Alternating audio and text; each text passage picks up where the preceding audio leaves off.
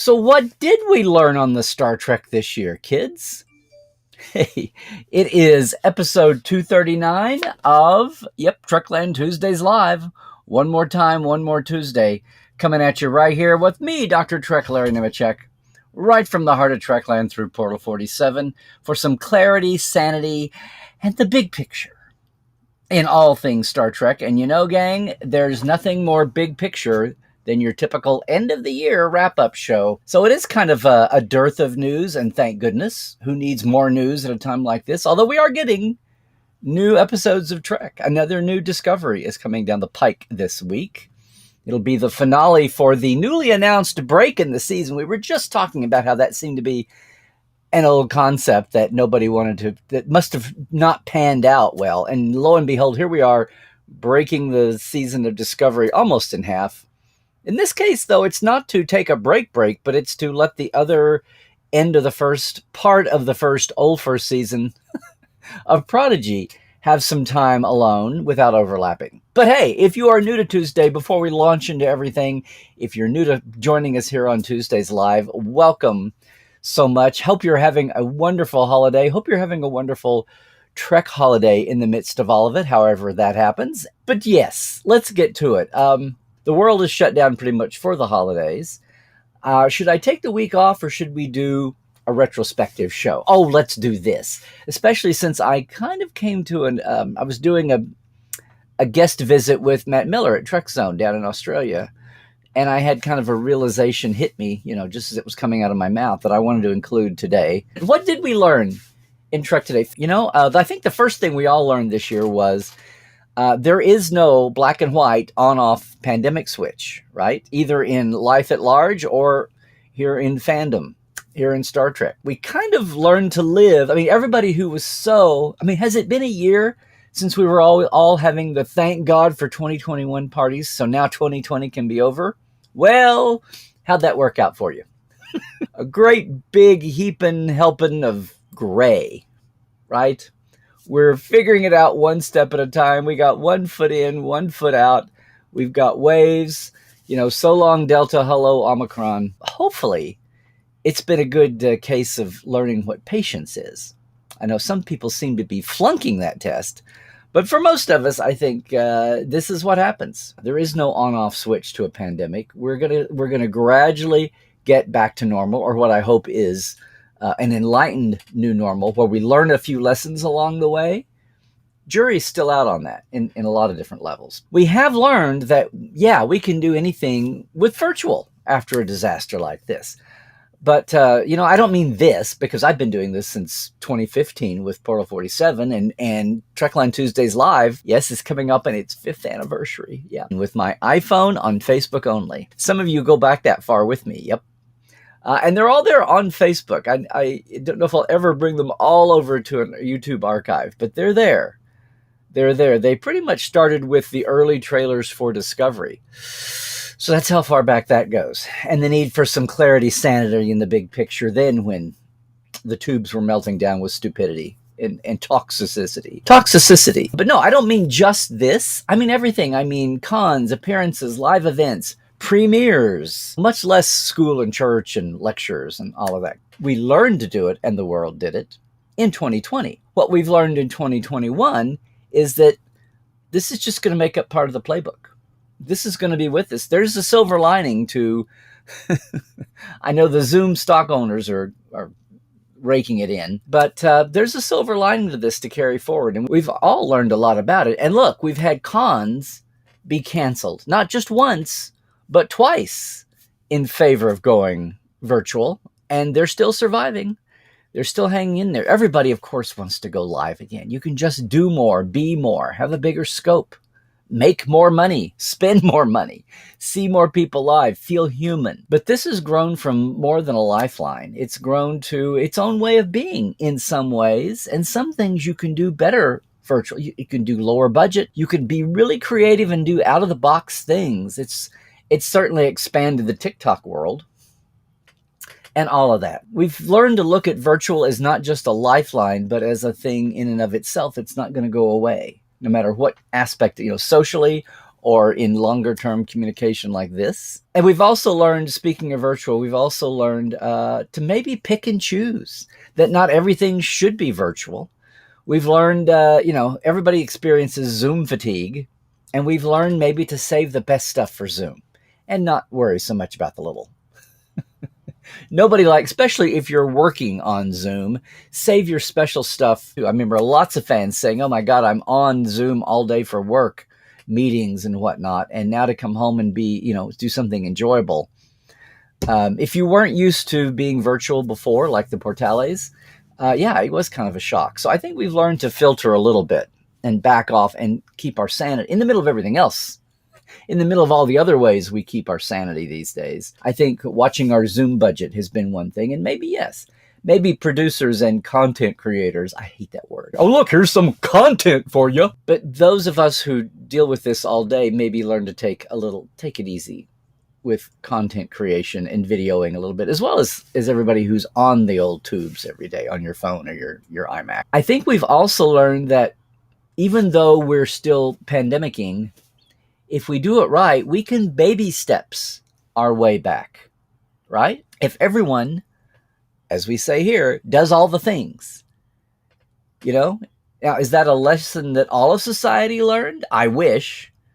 But, look at fandom, especially Trek fandom. We did baby steps our way back with Trek Vegas, STLV. It was a social experiment, but we did it. It was at half speed. But look, there were no major big breakouts. And at the time, live, we had no major incidents. And that's pretty much what happened with the little shortened Comic-Con San Diego, late in November. Let's get caught up here.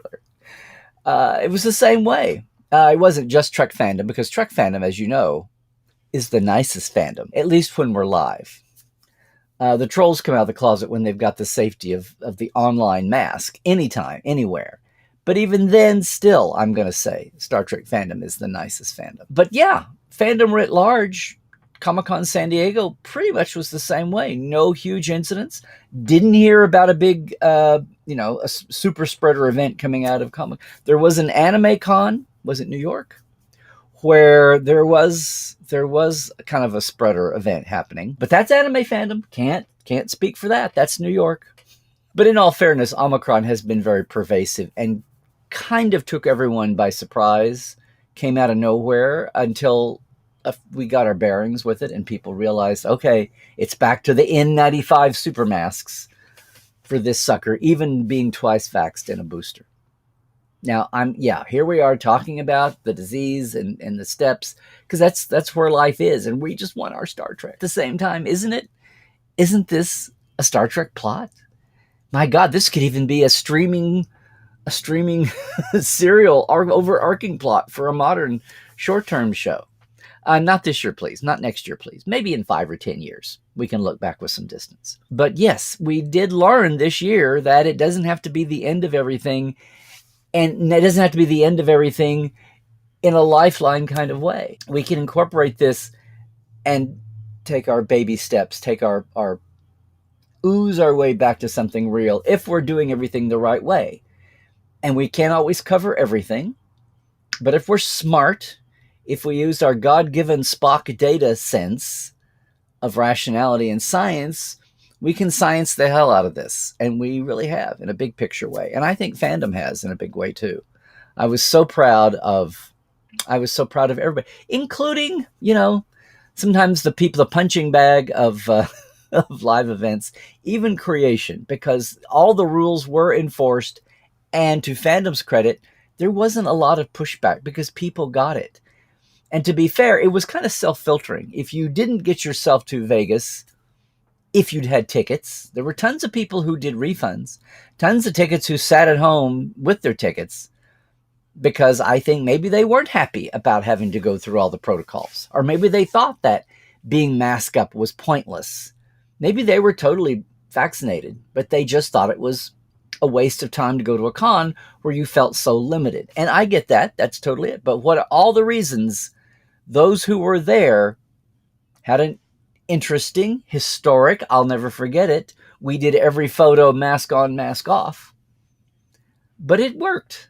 We did get through it, and we got through it more than got through it. I think even from Wednesday to Thursday, from day 1 to day 2, there was an uptick. I think locals were relieved. Locals in San Diego were thrilled to be able to come smartly, but to come because they weren't pushed out of the ticket lottery.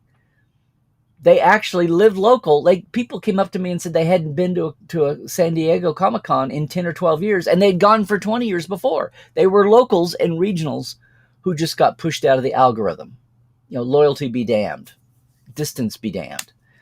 Proximity. And I think that's the one thing I wish San Diego would work on, was building in some kind of an algorithm that recognized longevity and loyalty. Anyway, it's not an easy factor, I know, but that was a silver lining this year. How many local San Diegans actually came to Comic-Con? So, that's what we learned this year, that there's a whole mixed bag to this thing. We've also learned that filming can proceed. The industry has learned how to keep going. They've assimilated all the things they need to do. And what we've learned is, look at the first half of Discovery this year. What did it bring us? It took a week or two to realize it. We've gotten softer, more meaningful character scenes. We've got one-to-one discussions by characters. You could say that's a new tone for the show, but a lot of that had to do with finding creative ways to tell stories, even dealing with those same protocols. It was a lot simpler to have a simpler crew and a simpler step. You have 2 actors versus 5. You automatically have less costume dressers, less set dressers, less set makeup folks. You automatically have that. The complexity is down a little. Now, does everything need to be a 1-act play told in 5? No, obviously. And they've got the AR wall they're playing with, the virtual reality wall that's looking awesome. What better use for it after Game of Thrones than Star Trek? Thank you very much. Okay, Star Wars, Mandalorians. I'm looking at you, Baby Yoda. But yeah, one of the top users of that has to be Star Trek. And it's looked great. It hasn't looked gratuitous either. It's just done its job. But even then, you can use that and have 1 or 2 or 3 actors. So it's just kind of leaped off the screen this year so far. Some of these, I think the whole reason we've got Culber as ship's counselor is because everything just slowed down and there was time for reflection, and the slam bam effects. Somebody finally started to realize they're great, but they're good when they come up in the story. We can have gratuitous action sometimes if it's too easy, and save it. Now, I mean, we lost Giorgio. So there went half of your stunt budget right there. We're fighting an anomaly now. So, the big bads aren't coming in waves to attack the ship. Or are they? We'll see. But we've learned that even the pandemic in filming has a tone, has an effect. And it's going to be really interesting to go back. I keep saying this, 20 years from now, and look at Discovery as a whole. And look at how each season has been a different slice of the pie. And we've learned... Another thing we've learned this year is that, yes, and especially the last couple of months, you had the feeling, but it's been out there, and I've been happy to be part of bringing it to you. We have learned that there are indeed visual canonistas out there working on the shows now. I'm looking at you, Mike McMahon. Part of the reason why, well, we'll just save that big bundle for a minute. But not only Mike McMahon and his now well-known penchant for all things Trek and making it happen, but even people like the new production designer on Picard, Dave Blass, who joined us for that First Contact panel that John Eves cooked up and that he asked me to host.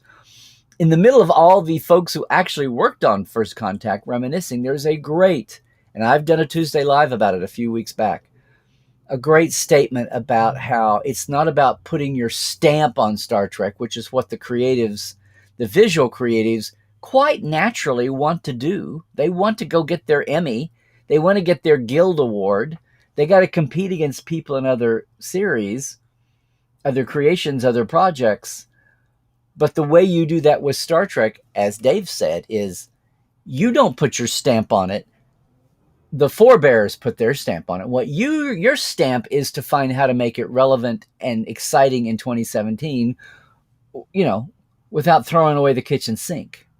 And it was just you have to honor and cherish that by finding what you add to it. And then you will have your chance to design and communicate the whole totally new thing. And people will be receptive of it because you're coming from a place where you figured out how to honor the old just in 2022, 2021 measures. So yeah, it's been great to see that not only, and they've always been there, it's just that now they're in positions of power. They're in decision-making places. They're not on the bottom trying to design something to please somebody else and hope it slips in, which, to be honest, has been around for a long time. That was as true in the Berman era. It also shows just the genius, the insidious genius of Mike Okuda and Rick Sternbach and Doug Drexler and all that wonderful art team and all the other design teams, visual effects, how they slid what Star Trek they did have into the shows, and the between the lines, the subtextual canon that we have, Okudagram in jokes, and not so in jokes, that are there, that have been a connective tissue for the show, that have occupied so many people that the producers had no idea was even being creative. And now there is a huge chunk of fandom that derives great pleasure from that. And there's a huge chunk of gaming and merchandise and licensing that uses that as its lifeblood, or at least doesn't have to totally, reinvent the wheel, because that all existed. When that was the furthest thing from, it was allowed, it went by, but no one at the time had the realization that was going to come up. Some of us could have told them. Eventually, the people getting the paychecks and climbing the ladder knew that intrinsically. But, technology's changed. What was gaming in 1987? Not what it is now, for one thing. What was manufacturing? What was 3D printing? What was scanning in 1988? Not what it is now. 1987, much less 1967. So that's reassuring. What happened on its own terms by the late 90s and aughts, and by the end of Enterprise, sadly, was that, the inmates are running the asylum. The good inmates. And our asylum is looking better and better, our crazy place. Which brings me to, most of all, what we learned in 2021. And I'm going to get to the chat. I hope this is stirring some good stuff up, guys. And gals and peeps. I can't wait to see what everybody's saying. But what this has stirred up is the world learned that, you know what? A cartoon won't be a disaster. And two of them won't kill fandom and put us all in a big coffin grave. No, people saw that animation in Star Trek can be something more than the animated series trying desperately to just keep normal Star Trek going only in a half hour on Saturday morning. We've got the buffet effect, finally. People get it. And if you want to critique something, critique it on its merits or lack thereof. Critique everything as individuals. What we've really got away from is stereotyping. It's like if we can get away from cultural and personal, social stereotyping and biases, and look at individual people, not whole nationalities or ethnic groups or races as a whole, and look at the individual members. Well, that's what we're doing with Star Trek now. Because, animation works. Not only that, but two different animated series can have a totally different tone and still appeal. And sure, everyone still have their favorite. Everyone still has your favorite, and it still might not be one of the newer shows. But I've so subversively realized to myself that may have been the biggest headline out of 2021 in Trek fandom. That these shows are not only good, they're sneaky good. And I dare say a big chunk of fandom was totally gobsmacked that they wound up, despite themselves, not only enjoying Lower Decks and, yuck laughing, but actually getting wrapped up in it and actually seeing the value for the canon told with a light filter, but still with a Star Trek heart. Very much a Roddenberry vision. The way that Gene would have wanted it portrayed, having drinks late night in the office the last few years before his death. when he saw things begin to, there was still that struggle over how do you bring original Star Trek into and that the first 2 or 3 or 4 years of the Next Generation were all about that. How will original series' tug of war with modern day sensibilities, all the modern techniques in storytelling, ensemble cast approach to the format, the new era of visual effects, what was that going to do to 1990s Star Trek? Well, we figured it out. And what is all this going to do to the storytelling choices of 2020s? Boy, can't call them the Roaring 20s. No way we're going to confuse this decade with the Roaring 20s, at least so far. But that's what we've learned. We've learned that this is what animation can do. This is what animation can be. And Prodigy, oh my God, can be gorgeous. And yes, told for kids, but still be intriguing for adults. Prodigy's revolution is all the adults sitting there watching with the kids are processing it on a different level. How the hell did that ship get inside an asteroid? Who is this diviner guy? Why are there Alpha Quadrant species in the Delta Quadrant? Have things been normalized in just the 3, 4, 5 years since Voyager's been back? And we know we're eventually going to see a ship that Chakotay's captain in with a second Tellarite. Can you believe it in the show? A very normal, mundane, routine-sounding Starfleet crew. What is it, an Andorian, a Tellarite, somebody else? Yeah. What's that all about? They've told us already, so the sneak value is lost, aside to see exactly what it is. The power and the weight of the storytelling must be so cool that you can totally spoil the fact that there's a Chakotay crew coming with some familiar Federation races. However it is, do they visit? Are they holograms? Are they on some kind of a long-distance viewer? Refined since Voyager's time? That's all still to come. But also, what are the personal stories of Dal and Murph and a Medusan? A Medusan in a tube? In a TV tube? And what does Gwen do? The background of all these characters. It's really intriguing. Kids can enjoy it in the moment. The adult Trek fans, and maybe some that don't even have kids attached, can find something worthwhile in it. It's a very personal story. Lower Decks can go galaxy spanning if they want to and bring in the Packlids. But for whatever it is, these two, they have a different tone.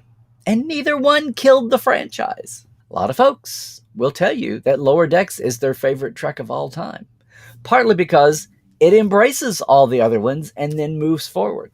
As Mike so famously said here, we talked about the Romulan whiskey incident. And all the Uber fans, saying, don't you know anything? It's Romulan ale, not Romulan whiskey. To which Mike, replied, don't you think the Romulans have more than one alcohol? It's like, give me credit for knowing ale and going over here and still making it blue. If you want to criticize something, why? Everything on Romulus is blue? Why? Are all Orion vegetables green? Andorian. Are all Andorian beverages green? I knew that came out wrong.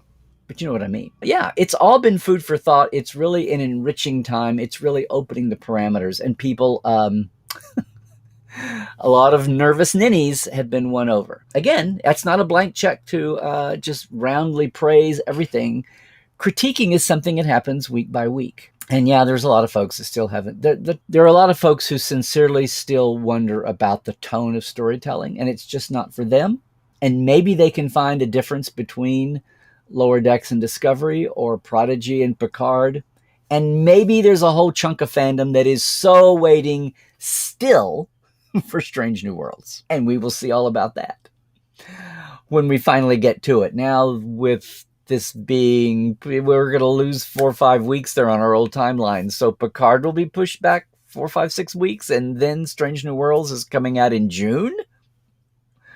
We'll see. Maybe we'll still have it for the summer conventions, and maybe we'll still have summer convention. But don't write off this last year. Don't be disappointed in 2021 because it wasn't the superhero year you're envisioning after villainous 2020 had you in its clutches. Nope. We've learned a lot in 2021 about life and the pandemic. And we've learned a lot about Star Trek, and we've learned a lot about fandom and us. And as we get down to the end of the year here, I'm thankful for that. I'm as thankful for all of that as I am for all of you. Thanks for all of you for hanging here with us on Tuesday. A lot of you turn up for our other projects. A lot of you are jumping in with our Patreons. So thank you to all of our Patreon folk over the year, and even those who are getting in here at the end. Our TTL Club, Diana Hopkins, Robin Wilson, Lawrence Todd, Anne-Marie Siegel, Keith Rombach, Justin Porteous, Nathaniel Robinson, and Blaze K. And thank you to our live wires. See, TTL live wires, the TTL, yeah. Rusty Harrell, Halberd Gunn Johnson, Jalen Bullock, Robert McLean, Alan Hohense, J.R. Poole, Byron Bailey, our newest, and K.C. Shafsky. Thanks so much, everybody. And if you're interested, hey, it's the end of the month here. You can jump in, patreon.com/TreklandLive. Very simple, $5 and $10. Live wires, I'm working on your interview access as we speak. I'm way overdue to get it to you. We'll just send you a bunch. But there you go. This is my simple way of letting people jump in if they want to help support the cause here, the Trekland cause. You know, not the same old, same old. We try to connect the Star Trek dots in Star Trek world in a whole new way.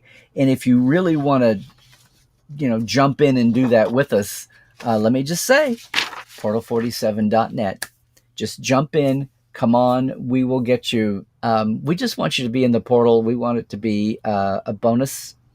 And join us, because Trek is going to explode next year. Hopefully, our patience won't explode because we can open up things safely. We will knock down these variants. We'll learn to deal with them even more. And we can enjoy maybe 52 straight weeks of Star Trek. Maybe we're finally going to be in that place where, and your favorite will come and go, and you'll have to wait on a short season, 10, 12, 13 episodes. It will be an existence like no other. And the kids coming in, our younger fans, our newer fans of any age, you can be the grandpa and the grandma that tells them what it used to be like in the old days with the 26 episodes a year, but you only had to wait 3 months in between. All the differences, all the changes. Special effects was having a new ship do this with the Enterprise. Woo, that's exciting. You can be the one to tell them that. And we would love to have you in the portal. Of all the things we do at Trekland, the portal is our most deep diving. You can read about it at portal47.net. There you go. The official logo and everything. Otherwise, hey, Trekland is a lot of things. And I'm also very thrilled for you Trekophiles out there that have been with us. This week, we just dropped a new episode with Adam Nimoy again, talking about his dad, talking about Maiden Wine and his dad's musical career. And his memories of that and things of the show in the 60s. But Trek Files, this is our season finale for season 7. We do 24 episodes a season. This is our 7th season wrap-up. We started in 2018, so we've got some anniversaries coming up next year, too. Thank you all, but, check it out, as always, Facebook, wherever you catch podcasts, but Facebook is where the documents are, and you can read the memos about Maiden Wine. Also, my partner in crime on Saturdays, normally, Dr. Ali and I, at 10 a.m. Pacific, 1 p.m. Eastern, 6 p.m. UK time, on all of these same Trekland channels, YouTube, Twitch, and Facebook. Other than that, it's Larry Nemecek on Twitter, if you're leaving us now. It's Larry Nemecek's Trekland on Facebook, Instagram, and YouTube. Please like and subscribe if you haven't already. Spread the word. Portal47.net. You can read about Portal 47. All right, that's going to do it for this week for the later YouTubers, much less everybody watching live.